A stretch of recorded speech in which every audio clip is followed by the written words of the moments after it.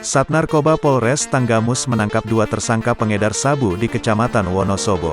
Keduanya berinisial MS 23 tahun dan RH 30 tahun, warga Pekon Tanjung Kurung, Kecamatan Wonosobo, Tanggamus. Menurut Kasat Narkoba Polres Tanggamus Inspektur 1 Dedi Wahyudi, mereka ditangkap di rumahnya masing-masing. Dari keduanya, disita barang bukti sabu. Kedua tersangka ditangkap kemarin sore, Kamis, 16/9, pukul 16 waktu Indonesia Barat, kata Dedi, mewakili Kapolres Tanggamus AKBP Satya Widi Widaryadi, Jumat, tanggal 17 September tahun 2021. Barang bukti yang diamankan dari MS berupa satu set alat isap sabu, satu kaca pirek yang berisi sabu, 3 buah korek api, 3 unit ponsel, 1 timbangan digital, dan uang tunai Rp300.000.